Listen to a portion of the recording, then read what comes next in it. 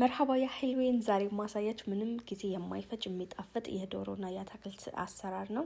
በመጀመሪያ ዶሮዋን 8 ቦታ እንቆራርጣታለን። ቆዳዋን ግን አናነሳውም። በደንብ ብናድርገን ካጠብናት በኋላ እዚህ ጋር የተጠቀምኩት በሁሉም አይነት ከለር ቃሪያዎች የማያቃጥል ቃሪያ፣ ድንች ነሽ፣ ካሮት ነሽ፣ ቲማቲም፣ ሽንኩርት፣ ነጭ ሽንኩርት ቤት ውስጥ አለ የተባለ አትክልት በሙሉ ታደርጋላችሁ።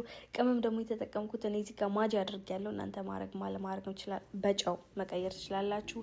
ቁንዶ በርበሬ፣ ሳልሳ ቤት ውስጥ ያለውን ቅመም በሙሉ አድርጉት። መጨረሻ ላይ በደንብ ሚክስ ካደረጋችሁ በኋላ ይሄ ኦቨን ውስጥ መግባት የሚችል ፌስታል ነው፣ ኖርማል ፌስታል አይደለም። እዚህ ውስጥ ካደረግነው በኋላ ትንሽ ኦቨን ውስጥ ሳናስገባው እናስቀምጠዋለን። ትንሽ ጣዕሙና ቅመሙና ዶሮ ሚክስ እንዲሆን ማለት ነው።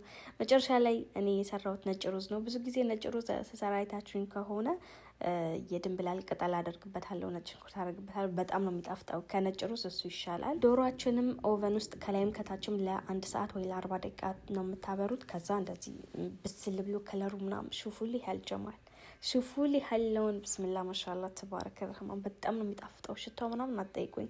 እሙህም ያህሉን ሁላችሁ ፕሊዝ ሁላችሁም እየሄዳችሁ ሰብስክራይብ አድርጉኝ።